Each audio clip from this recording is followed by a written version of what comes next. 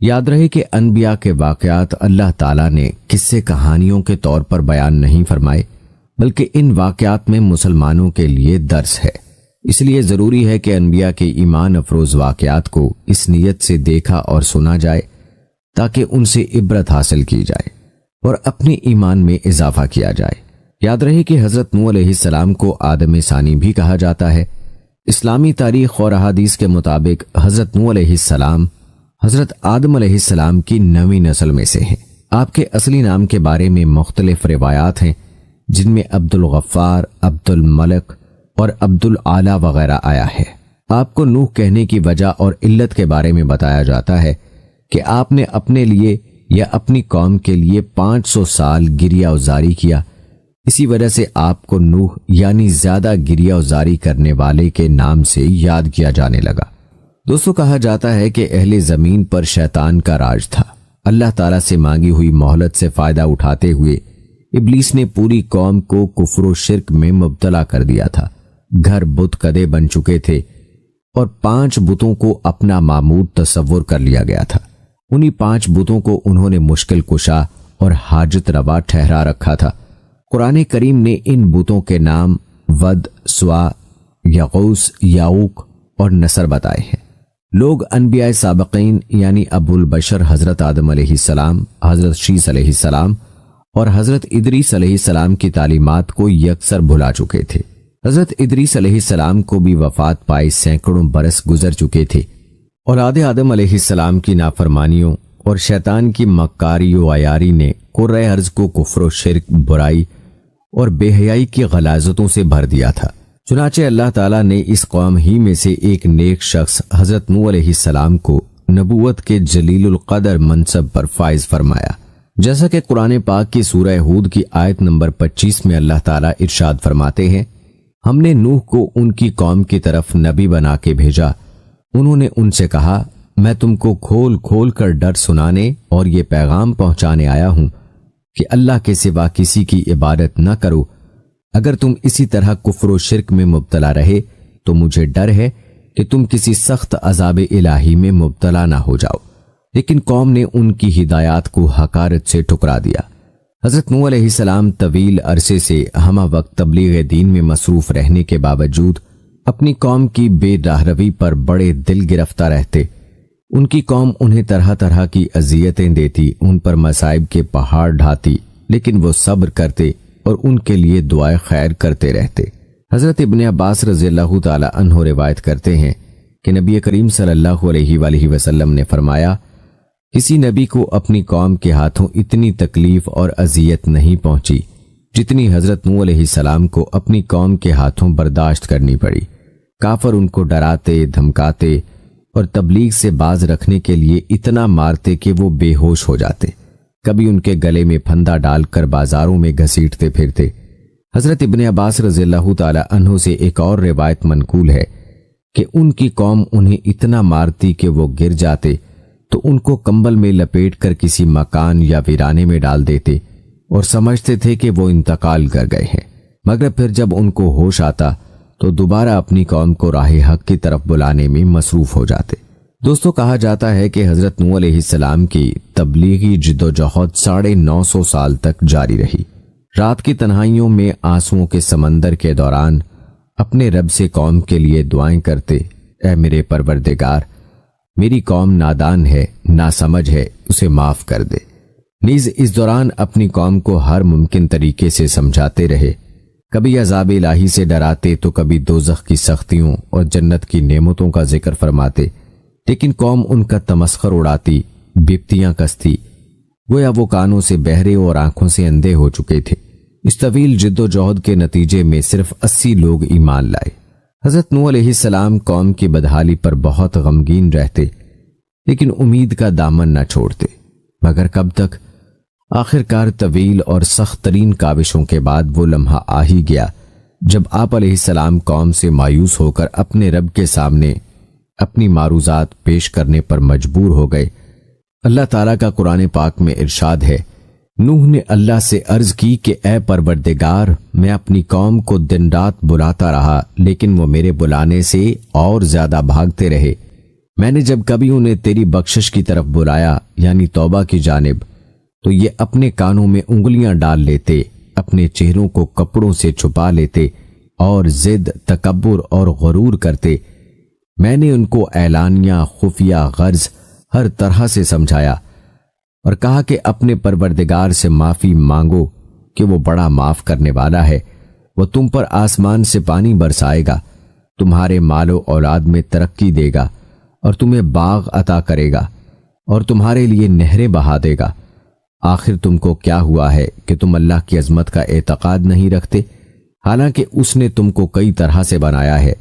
کیا دیکھتے نہیں ہو کہ اللہ نے کس طرح 7 آسمان اوپر تلے بنائے ہیں اور ان میں چاند کو خوب جگمگاتا ہوا اور سورج کو چراغ بنایا، اور اللہ ہی نے تم کو زمین سے ایک خاص طریقے سے پیدا کیا، پھر وہ تمہیں اس زمین میں واپس لے جائے گا اور اس سے یکا یک تم کو نکال کر کھڑا کر دے گا۔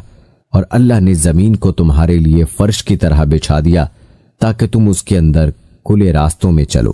نوح نے کہا، میرے رب، انہوں نے میری بات رد کر دی اور ان رئیسوں کی پیروی کی جو مال اور اولاد پا کر اور زیادہ نامراد ہو گئے۔ ان لوگوں نے بڑا بھاری مکر کا جال پھیلا رکھا ہے۔ انہوں نے یعنی رئیسوں نے کہا کہ اپنے معبودوں کو ہرگز نہ چھوڑنا، اور ود اور سوا اور یغوث اور یعوق اور نصر کو کبھی ترک نہ کرنا۔ انہوں نے بہت لوگوں کو گمراہ کیا ہے، اور تو بھی ان ظالموں کو گمراہی کے سوا کسی چیز میں ترقی نہ دے۔ آخر وہ اپنے گناہوں کے سبب پہلے غرق کر دیے گئے، پھر آگ میں ڈال دیے گئے، تو انہوں نے اللہ کے سوا کسی کو اپنا مددگار نہ پایا۔ اور نوح علیہ السلام نے دعا کی کہ میرے پروردگار، کسی کافر کو روئے زمین پر بسنے والا نہ چھوڑ، اگر تو نے ان کو چھوڑ دیا تو یہ تیرے بندوں کو گمراہ کریں گے، اور ان کی نسل سے جو بھی پیدا ہوگا وہ بھی بدکار اور سخت کافر ہی ہوگا۔ اے میرے پروردگار، مجھ کو اور میرے والدین کو اور ہر اس شخص کو جو میرے گھر میں مومن کی حیثیت سے داخل ہوا ہے، اور سب مومن مردوں اور عورتوں کو معاف کر دے، اور ظالموں کے اور زیادہ تباہی بڑھا۔ دوستو، حضرت نوح علیہ السلام کی گزارشات بارگاہ خداوندی میں قبول فرمائی گئیں اور اللہ تعالیٰ نے ان کی طرف وحی نازل فرمائی۔ سورہ ہود کی آیت نمبر 36 اور 37 میں اللہ تعالیٰ ارشاد فرماتے ہیں، اور نوح کی طرف وحی کی گئی کہ تمہاری قوم میں جو لوگ ایمان لا چکے ہیں ان کے سوا اب اور کوئی ایمان نہیں لائے گا، تو جو کام یہ کر رہے ہیں ان کی وجہ سے غم نہ کھاؤ، اور ایک کشتی ہمارے حکم سے ہمارے روبرو بناؤ، اور ان کافروں سے متعلق اب کوئی گفتگو ہم سے نہ کرنا، کیونکہ یہ سب لازمی طور پر غرق کر دیے جائیں گے۔ دوستو، آپ کو حضرت نوح علیہ السلام کی کشتی کے بارے میں بھی بتاتے چلیں۔ ابن کثیر رحمہ اللہ علیہ نے لکھا ہے کہ بعض بزرگوں کے مطابق اللہ تعالیٰ نے حضرت نوح علیہ السلام کو یہ حکم بھی فرمایا کہ فلاں درخت اگاؤ جس سے کشتی بنائی جائے گی، تو حضرت نوح علیہ السلام نے وہ درخت اگایا اور 100 سال تک اس کا انتظار کیا، پھر اس کو کاٹ کر چھیلا، ہموار کیا۔ اس میں بھی ایک قول کے مطابق 100 سال اور دوسرے قول کے مطابق 40 سال کا عرصہ لگ گیا، واللہ عالم۔ محمد بن اسحاق رحمہ اللہ حضرت سوری رحمہ اللہ سے نقل کرتے ہیں کہ وہ لکڑی ساگوان کی تھی، اور دوسرے قول کے مطابق وہ صنوبر کے درخت تھی۔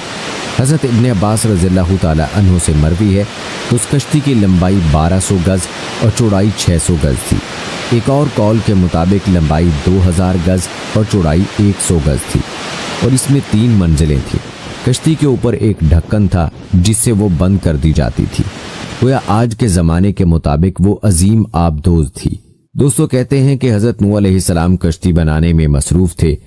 قوم کے سردار آپ علیہ السلام کے پاس سے گزرتے تو ہنستے، مذاق اڑاتے، بپتیاں کستے، یہاں تک کہ کشتی تیار ہو گئی، اور جب عذاب الہی کا وقت آیا تو اللہ تعالیٰ نے حکم دیا کہ ہر قسم کے جانوروں کا ایک ایک جوڑا اس میں رکھ لو، اور جو لوگ ایمان لائے ہیں انہیں بھی سوار کر لو۔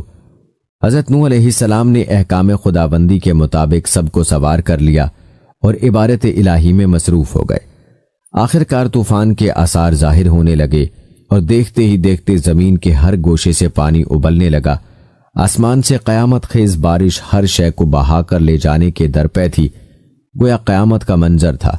کشتی طوفان کی پہاڑ جیسی اونچی لہروں پر تیر رہی تھی۔ طوفان نوح میں پانی کی لہریں اس قدر بلند تھیں کہ انہوں نے روئے زمین کے تمام پہاڑوں کو بھی چھپا لیا تھا۔ زمین پر کوئی بھی چیز زندہ سلامت نہ تھی، سب کچھ نیست و نابود ہو چکا تھا۔ صرف حضرت نوح علیہ السلام کی پہاڑ نما کشتی تھی جو اللہ کی مدد سے پانی کی بلند و بالا بپھری خوفناک موجوں میں تیرتی پھر رہی تھی۔ حضرت ابن عباس رضی اللہ تعالی عنہ سے روایت ہے کہ کشتی میں 80 اشخاص تھے اور ہر ایک کے ساتھ ان کا کنبہ بھی تھا، اور یہ لوگ کشتی میں تقریباً 150 دن رہے، اور اللہ تعالیٰ نے کشتی کا رخ مکہ مکرمہ کی طرف پھیر دیا۔ کشتی 40 دن بیت اللہ کے گرد چکر لگاتی رہی۔ اس کے بعد اس کا رخ جبل جودی کی طرف پھیر دیا گیا جہاں وہ ٹھہر گئی۔ دوستو کہتے ہیں کہ جب کشتی ٹھہر گئی تو حضرت نوح علیہ السلام نے اہل زمین کی خبر لینے کے لیے ایک کوے کو بھیجا۔ کوے نے زمین پر مردار دیکھے تو ان پر جھپٹ پڑا اور تاخیر کی، جس کی وجہ سے کبوتر کو بھیجا۔ کبوتر ایک زیتون کے پتے کو لے کر آیا اور اس کے پاؤں کیچڑ میں لتھڑے ہوئے تھے، جن کو دیکھ کر حضرت نوح علیہ السلام نے اندازہ لگایا کہ زمین خشک ہو چکی ہے۔ حضرت نوح علیہ السلام جودی پہاڑ سے زمین پر اتر آئے اور ایک بستی تعمیر کی جس کا نام سمانین رکھا، یعنی 80 آدمیوں کی بستی۔ اسی دوران ایک مرتبہ صبح کو اٹھے تو ہر آدمی کی زبان بدل چکی تھی، یعنی 80 زبانیں ہو چکی تھیں۔ لوگ ایک دوسرے کی زبان نہیں سمجھ پا رہے تھے تو حضرت نوح علیہ السلام ہر ایک کی ترجمانی فرماتے تھے۔ حضرت قتادہ رضی اللہ تعالی عنہ فرماتے ہیں کہ قوم نوح کے یہ افراد محرم الحرام کی 10ویں تاریخ کو کشتی سے باہر آئے۔ دوستو یاد رہے کہ اللہ تعالیٰ نے قوم نوح کو اس کی نافرمانیوں کے سبب طوفان و باد و باراں کے ذریعے غرق کر دیا تھا۔ کوئی جاندار شے باقی نہیں بچی تھی۔ کشتی میں موجود افراد اور جانوروں کے سوا ہر چیز نیست و نابود ہو چکی تھی۔ پھر اللہ تعالیٰ کے حکم سے آسمان تھم گیا اور پانی خشک ہو گیا۔ پھر اللہ تعالیٰ نے حکم دیا کہ اے نوح، ہماری طرف سے سلامتی اور برکتوں کے ساتھ جو تم پر اور تمہارے ساتھ کی جماعتوں پر نازل کی گئی ہے اتر آؤ۔ چنانچہ حضرت نوح علیہ السلام نے ایک نئی بستی بسا کر دنیا کے کاروبار کو از سر نو جاری و ساری کیا۔ اسی لیے آپ علیہ السلام کو آدم ثانی بھی کہا جاتا ہے۔ دوستو یہ تھی حضرت نوح علیہ السلام کی زندگی کے حالات و واقعات۔ ہم آپ کو حضرت نوح علیہ السلام اور ایک بڑھیا کا عجیب واقعہ بھی سنائیں گے، لیکن اس سے پہلے آپ کو حضرت نوح علیہ السلام کی بیوی اور ان کی اولاد کے بارے میں بتاتے ہیں۔ یاد رہے کہ نوح علیہ السلام کی بیوی کا نام واہلہ یا والہ تھا۔ اس کا ذکر قرآن مجید میں آیا ہے۔ اللہ نے ان لوگوں کے لیے جنہوں نے کفر کیا ہے نوح علیہ السلام کی عورت اور لوط علیہ السلام کی عورت واہلہ اور والہ کی مثال بیان فرمائی۔ وہ دونوں ہمارے بندوں میں سے 2 صالح بندوں کے نکاح میں تھیں، سو دونوں نے ان سے خیانت کی، بس وہ اللہ کے عذاب کے سامنے ان کے کچھ کام نہ آئے، اور ان سے کہہ دیا گیا کہ تم دونوں عورتیں داخل ہونے والوں کے ساتھ دوزخ میں داخل ہو جاؤ۔ عبداللہ بن عباس رضی اللہ تعالی عنہ فرماتے ہیں کہ کسی نبی کی بیوی کبھی بدکار نہیں رہی۔ حضرت نوح علیہ السلام کی بیوی کے بارے میں کہا جاتا ہے کہ وہ اپنی قوم کے جباروں کو ایمان لانے والوں کی خبریں پہنچایا کرتی تھیں، اور حضرت لوط علیہ السلام کی بیوی اپنے گھر میں آنے والے مہمانوں کی اطلاع اپنی قوم کے بد اعمال لوگوں کو دیا کرتی تھیں، اور یہی ان کی خیانت تھی۔ اور دوستو جہاں تک بات ہے حضرت نوح علیہ السلام کی اولاد کی، تو روایات کے مطابق نوح علیہ السلام کے 3 بیٹے طوفان میں بچ گئے تھے کیونکہ وہ مسلمان تھے، حام، سام، یافس۔ مورخین کا نظریہ ہے کہ قرۂ زمین کی اس وقت کی تمام نسل انسانی کی بازگشت انہی تینوں فرزندوں کی طرف ہے۔ ایک گروہ حامی نسل ہے جو افریقہ کے علاقوں میں رہتے ہیں، دوسرا گروہ سامی نسل ہے جو شرق اوسط اور مشرق کے قریب علاقوں میں رہتے ہیں، اور یافس کی نسل کو چین میں آباد سمجھتے ہیں۔ اس کے علاوہ حضرت نوح علیہ السلام کے اس بیٹے کا تذکرہ بھی قرآن پاک میں ملتا ہے جو کفر کی وجہ سے طوفان نوح میں غرق ہوا، جیسا کہ قرآن پاک میں ذکر ہے، اور وہ کشتی ان کو لے کر طوفان کی لہروں میں چلنے لگی۔ لہریں کیا تھیں؟ گویا پہاڑ تھے۔ اس وقت نوح علیہ السلام نے اپنے بیٹے کو جو کشتی سے الگ تھا پکارا کہ بیٹا ہمارے ساتھ سوار ہو جا اور کافروں میں شامل نہ ہو۔ اس نے کہا کہ میں ابھی پہاڑ سے جا لگوں گا، وہ مجھے پانی سے بچا لے گا۔ آپ نے فرمایا کہ آج کے دن اللہ کے عذاب سے کوئی بچانے والا نہیں، اور نہ کوئی بچ سکتا ہے مگر وہی جس پر اللہ رحم کرے۔ اتنے میں دونوں کے درمیان لہر حائل ہو گئی اور وہ ڈوب گیا، اور نوح علیہ السلام نے اپنے پروردگار کو پکارا اور کہا کہ پروردگار، میرا بیٹا بھی میرے گھر والوں میں ہے، تو اس کو بھی نجات دے، تیرا وعدہ سچا ہے اور تو بہترین حاکم ہے۔ اللہ تعالیٰ نے فرمایا کہ اے نوح، وہ تیرے گھر والوں میں نہیں ہے، وہ تو سراسر بدعمل ہے۔ تمہیں جس چیز کی حقیقت معلوم نہیں اس کے بارے میں مجھ سے درخواست ہی نہ کرو، اور میں تم کو نصیحت کرتا ہوں کہ نادان نہ بنو۔ نوح علیہ السلام نے کہا پروردگار، میں آپ سے پناہ مانگتا ہوں کہ ایسی چیز کا آپ سے سوال کروں جس کی حقیقت مجھے معلوم نہیں، اور اگر آپ مجھے نہیں بخشیں گے اور مجھ پر رحم نہیں فرمائیں گے تو میں تباہ ہو جاؤں گا۔ دوستو، یہاں پر اللہ تعالیٰ نے آنے والی انسانیت کو یہ درس دیا کہ اللہ کے نافرمان اللہ کے عذاب کے مستحق ہیں، چاہے نبی کا بیٹا ہی کیوں نہ ہو۔ اس کا یہ رشتہ بھی اس کو عذاب سے نہیں بچا سکتا۔ اللہ کے غیظ و غضب سے بچنے کا ایک ہی راستہ ہے، اور وہ ہے اللہ پر ایمان اور اللہ کی اطاعت۔ دوستو، جہاں تک بات ہے مزار نوح کی، تو آذربائیجان میں موجود ایک مزار ہے جس کے متعلق آذربائیجان میں مشہور ہے کہ یہ حضرت نوح علیہ السلام کی قبر مبارک ہے، لیکن یاد رہے کہ قبر نوح کے مقام کے متعلق کئی روایتیں ہیں۔ دوستو، ہم آپ کو حضرت نوح علیہ السلام کے دور کی بڑھیا کا عجیب واقعہ بھی سنائیں گے، لیکن اس سے پہلے آپ کو آپ علیہ السلام سے جڑی کچھ دلچسپ معلومات بتاتے ہیں۔ یاد رہے کہ حضرت آدم علیہ السلام کے بعد پہلے نبی ہیں جو رسول تھے۔ آپ کا ذکر قرآن کریم میں کل 43 بار آیا ہے۔ آپ علیہ السلام کو آدم اصغر بھی کہا جاتا ہے۔ آپ علیہ السلام کی عمر مبارک تقریباً 1050 سال تھی۔ آپ علیہ السلام نے اپنی قوم کو 950 سال تبلیغ کی۔ آپ علیہ السلام کو نبوت 40 سال کی عمر میں ملی۔ طوفان کے بعد 60 سال زندہ رہے۔ آپ علیہ السلام کی قوم عراق میں آباد تھی۔ آپ علیہ السلام کی کشتی میں 80 آدمی تھے جن میں ایک عربی تھا۔ طوفان کا پانی حضرت آدم علیہ السلام کے تنور سے نکلا جو ملک شام میں تھا۔ کشتی مسجد کوفہ کے اندر بنائی گئی۔ کشتی میں صرف پالتو جانور رکھے گئے تھے۔ طوفان میں ہلاک ہونے والا بیٹا قینان تھا۔ حضرت نوح علیہ السلام 10 رجب کو کشتی میں سوار ہوئے۔ کشتی 6 ماہ طوفان میں رہی۔ 10 محرم کو طوفان ختم ہوا، اس لیے شکرانے کا روزہ رکھا جاتا ہے۔ دوستو، یہ تھی کچھ معلومات حضرت نوح علیہ السلام کے حوالے سے۔ چلیے اب آپ کو آپ علیہ السلام کے دور کی بڑھیا کا حیران کن اور ایمان افروز واقعہ سناتے ہیں۔ کہتے ہیں کہ جب حضرت نوح علیہ السلام کشتی بنا رہے تھے تو ایک مومنہ بوڑھی عورت روز اللہ کے نبی کے پاس اپنی گٹھڑی لے کر آتی اور کہتی، اے اللہ کے نبی، کب کشتی روانہ ہوگی؟ حضرت نوح علیہ السلام فرماتے، ابھی دیر ہے۔ وہ عورت شام تک بیٹھی رہتی اور پھر اٹھ کر چلی جاتی۔ ایک دن حضرت نوح علیہ السلام نے فرمایا کہ اے عورت، جب جانا ہوا تو تمہیں بتا دیا جائے گا۔ یہ عورت واپس چلی گئی اور انتظار کرنے لگی کہ کب نوح بلائیں گے۔ اس دوران عذاب آ گیا اور کشتی روانہ ہو گئی، لیکن حضرت نوح علیہ السلام نے اس عورت کو نہ بلایا۔ ظاہری طور پر نوح علیہ السلام کو اس کو بلانا بھلا دیا گیا تھا۔ جب طوفان تھما تو ایک دن حضرت نوح علیہ السلام کے دل میں محبت جاگی کہ شہر کو دیکھوں جہاں سے چلا تھا۔ وہاں آئے اور قریب جا کر دیکھا تو ایک جھونپڑی میں دیا جل رہا تھا۔ حضرت نوح علیہ السلام یہ دیکھ کر چونک گئے کہ روئے زمین پر کوئی ایسا گھر بھی ہے کہ اتنے عظیم طوفان کے بعد بھی جس میں چراغ جل رہا ہے۔ انہوں نے وہاں تکبیر بلند کی تو وہ عورت سامان لے کر آ گئی اور کہنے لگی، یا نبی اللہ، کیا کشتی تیار ہے، چلیں؟ حضرت نوح علیہ السلام نے حیرت سے اس کو دیکھا اور کہا، رکو بڑھیا، کیا تمہیں کچھ بھی پتہ نہیں چلا؟ وہ کہنے لگی، یا نبی اللہ، کیا نہیں پتہ چلا؟ دوستو، یہ رب کی شان ہے کہ جس کو چاہے ہلاکت کے نقشوں میں بھی زندہ رکھ کے دکھاتا ہے۔